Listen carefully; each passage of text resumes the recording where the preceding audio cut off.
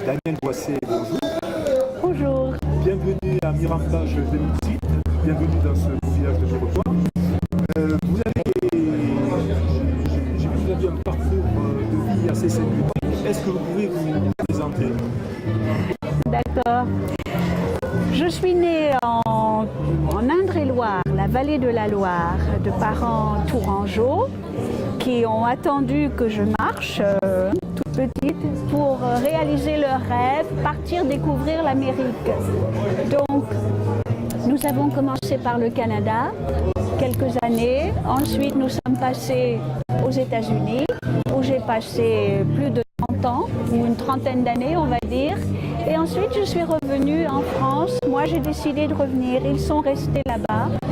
Et j'ai parcouru un peu différentes régions de France et j'ai fini par m'établir à Perpignan, où j'habite maintenant. C'est là où j'ai commencé ma vraie vie d'écrivain, parce que j'ai commencé par écrire 5 polars catalans à Perpignan. Vous avez également des talents d'artiste peintre. J'avais été formée, oui, pour être professeur d'art plastique aux États-Unis. Mais dès l'âge d'âge, j'ai commencé à écrire. Et donc la peinture, maintenant, c'est une autre époque, c'est fini. J'écris. Alors, vous écrivez des romans dits de terroir. Est-ce que vous pouvez nous en dire plus sur cette appellation, roman de terroir? De terroir. Alors, j'ai un éditeur à Limoges qui est très friand de ce genre.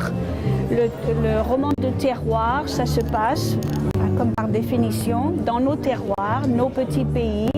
Et il me demande chaque année un livre sur une région, et plus particulièrement sur un village.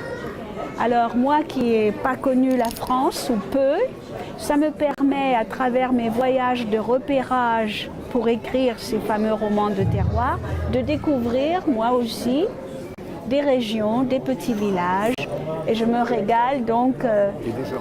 Voilà, et des gens. D'accord. Alors pour revenir au roman qui est présenté à Mirampage 2018, Les Amis du Docteur Massat, l'action se passe donc dans le Midi toulousain, avant et pendant la Deuxième Guerre mondiale.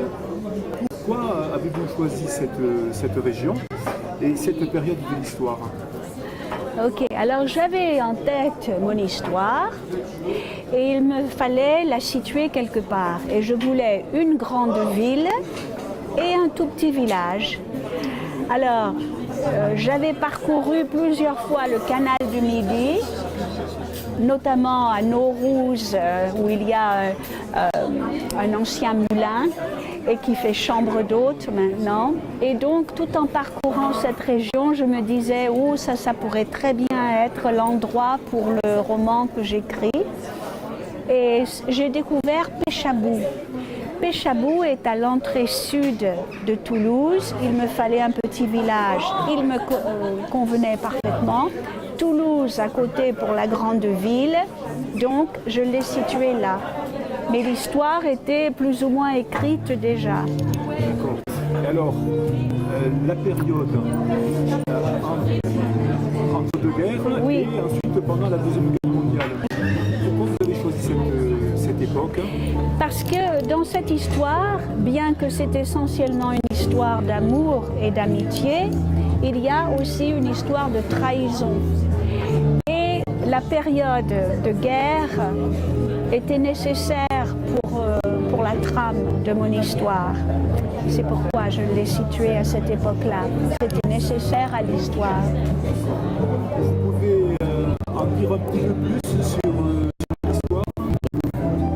Racontez merveilleusement d'ailleurs.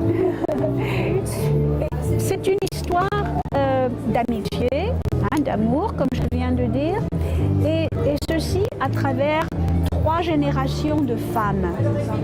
Malgré le titre, Les Amis du docteur Massat, qui est effectivement un aspect de l'histoire, père et fils médecins, docteurs, tous les deux docteurs Massat, c'est pourtant leur leurs femmes, leurs mères et leurs épouses qui, elles, sont la vraie force de ce livre. C'est elles qui vont mener la barque et qui vont parfois sauver les meubles. Alors, j'ai pu observer à la fin du livre une longue liste de personnes que vous remerciez pour leur collaboration. Ah oui. Et est-ce que vous pouvez nous en dire un peu plus sur ces gens que vous avez rencontrés en écrivant ce livre et qui vous ont aidé? Ah oui, avec plaisir, parce que je leur dois beaucoup. Si je les ai tous mentionnés, à commencer par le maire de Pechabou, M.